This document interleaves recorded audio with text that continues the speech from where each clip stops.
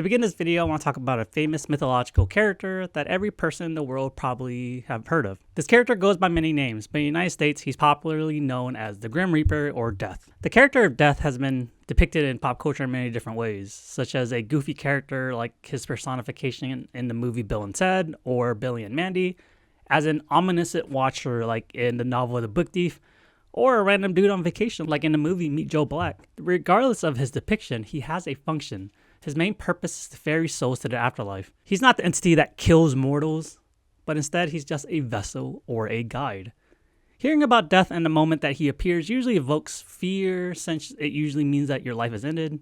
But have you ever wondered why you see him, or why he's even there? If we're dead, do we really need someone to take us to the afterlife?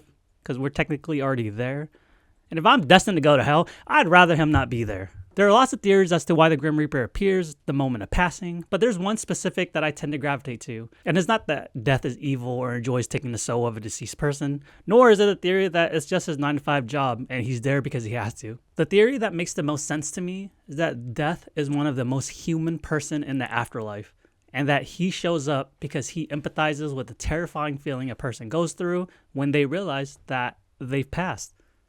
Death shows up because he doesn't want you to begin the journey to the afterlife alone. Regardless of interpretation, there's something that we can learn by analyzing the character. The first is that we don't know his intentions, so we instinctively fill in the blanks ourselves to make sense of the character. And the second is that there's no way to prove whether our theories are correct or incorrect, and it all really comes down to personal interpretation. What we can say definitively is that if you believe that the Grim Reaper will be there at passing, then it's his job to guide you to the afterlife, regardless of his motives or his reason to be there. Death is a piece of a puzzle that fits perfectly where he's needed. Death, or the Grim Reaper, has a function. A question that I ask my friends that usually leads to mixed emotions is the question, why are we friends? I had an ESTJ say that it was rude for me wondering that question. And ISFP responded with a simple answer, and it's because we have similar hobbies. But then I usually retort with, there are plenty of people in the world that share the same hobby as us. Why are we together? An INFP friend thought I was questioning our friendships, so I felt him feel uncomfortable, so I changed the subject. And ENFP used that question a tangent into more of life's philosophical questions, trying to answer a bunch of questions, never fully answering the initial question. An ENTJ friend gave a lot of answers that didn't seem right. An ESTP friend responded with, are we even friends? An ENTP friend responded with the exact same question, I don't know, Jonathan, are we friends? And laughed it off as a joke. And an INFJ friend went quiet because she said she didn't know and she needed time to think about it. She never got back to me. I've always been curious about how and why things function the way that they do, why certain things are used in place of others, and that includes human and social dynamics. Why do certain people fit together, especially if it goes against the theory of typology? Why are people friends when their personality seems conflicting? This is one of the reasons why I believe that typology is only one or a small fraction of a human being, and there are other influences that are just as important, if not more, than understanding a person's type. Using myself as an example, the theory is that INTJ should be repulsed by extrovert sensing or introvert sensing dominant users because we should have a difficult time understanding each other or meeting in the middle due to the placement of our cognitive functions. But the friends I consider closest to me fall within either of the two buckets. Is it a heuristic fallacy for me to think that way? Or is there more to humans than just our Myers-Briggs type? I personally believe that there's more than just Myers-Briggs or cognitive function that influences social dynamics, but I also strongly believe that our placements within a social group is heavily influenced by our cognitive functions and its placements. I also believe that the placement of our functions can help determine the ease at which we're able to connect with another person. The likelihood of being unofficially delegated a specific role in a group dynamic is heavily influenced by the placement of our functions. The TLDR is that each person has strengths based off of their cognitive functions and its placements, and it plays out naturally within a group. And this is my reasoning. And if this video seems disjointed, it's a mixture of two different scripts that I've been thinking about, but somehow they're connected, so kind of just bear with me. As an INTJ, it's very easy for me to see where other people fit in my life, because being an introverted intuition dom means it's easy to see a person completely, and mama extroverted thinking is doing her thing, seeing people's strengths and weaknesses within everything and everyone. So I know where people fit in. However, the difficult part for me is I have a difficult time figuring out where I fit in within a group. I'm cognizant of all my friends and their place in the big picture, the big scheme, taking into consideration their strengths, shortcomings, their quirks, and how it all melds into the collective. A group is the harmonization of each person. Each person is a puzzle piece that contributes to making a masterpiece. But where do I fit in? Am I even necessary? I've been gone so many times, they don't even need me. Am I the baker's dozen, added just in case a piece goes missing? That's so sad if I am. But I might be. Let's continue with this train of logic and dive deeper. What if there's more than one INTJ in a group? Does that mean our roles change as a result? If a group already feels complete if I'm not there, am I even necessary? Is my role different based off my age, gender, or profession? Do I bring value to a group that already seems complete without me?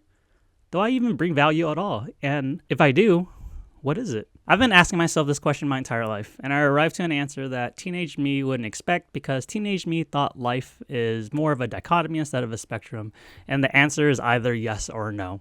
Yes, I bring value to the group, or no, I don't bring value.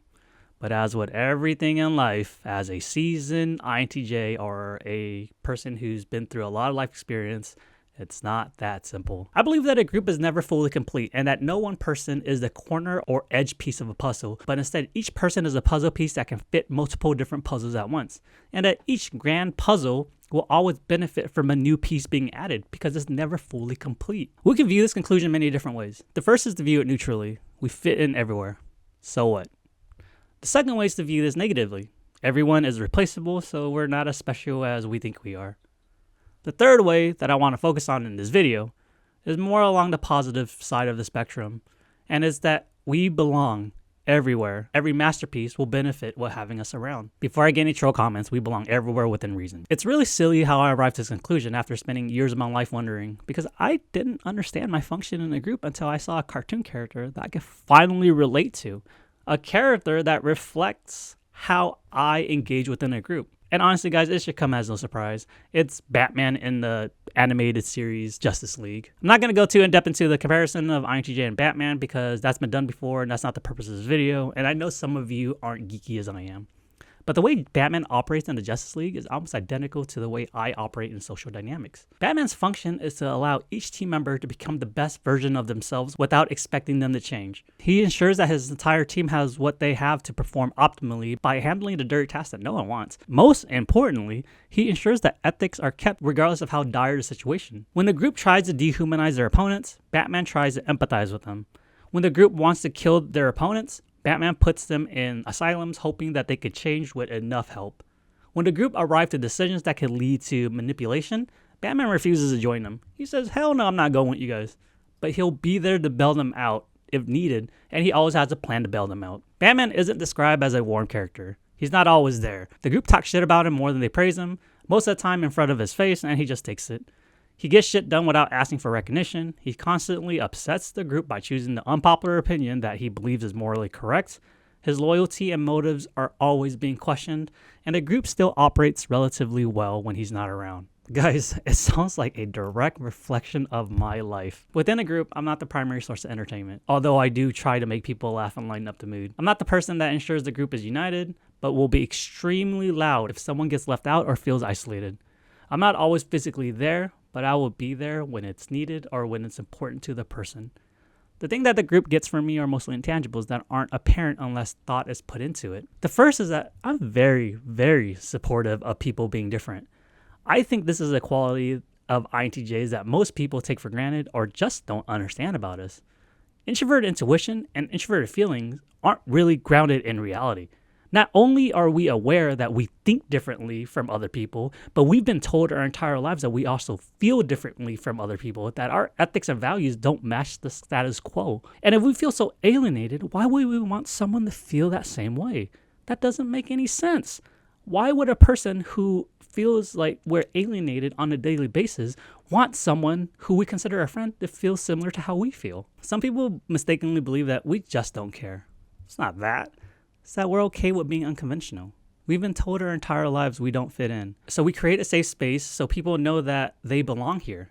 Whoever you are, however you want to be, you belong here as you are. The second thing that I uniquely bring to the table is that I take care of issues before it becomes an issue, or I take care of issues without anyone noticing. When I do something for the group, I do it because either I want to or because it needs to get done. Most of the time, people aren't even aware something is done because I don't expect to be recognized. And even if I bring it up, people are going to think I'm crazy because they can't see the patterns far enough to see it becoming an issue. It still blows my mind, no matter how much I learn about cognitive functions, that people can't comprehend something until a problem is physically right in front of their face. All the patterns are there. Are people just ignorantly ignoring it? So why bring it up when people aren't even going to believe me?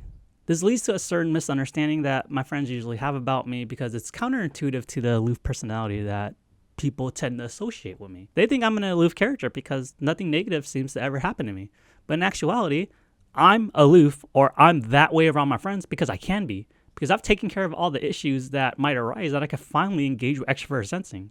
Being around people for pleasure means that I'm done being a responsible human being and that I want to engage with the world. I'm tired of being responsible when I'm engaging with people. And sometimes when people try to talk more serious or deep dive into my string of luck, I don't even want to discuss it because it still won't make sense to them. First, I don't enjoy complaining about things. That doesn't bring me joy. Second, I handle issues as they arrive and don't wait until it becomes a bigger problem. And lastly, people usually think that I'm boasting or feel insecure when I actually talk to them about the things I'm working on or the things I've accomplished. So they start projecting something negative onto me. So at that point, why would I even want to talk about it? So I help the group by handling issues that hasn't happened yet.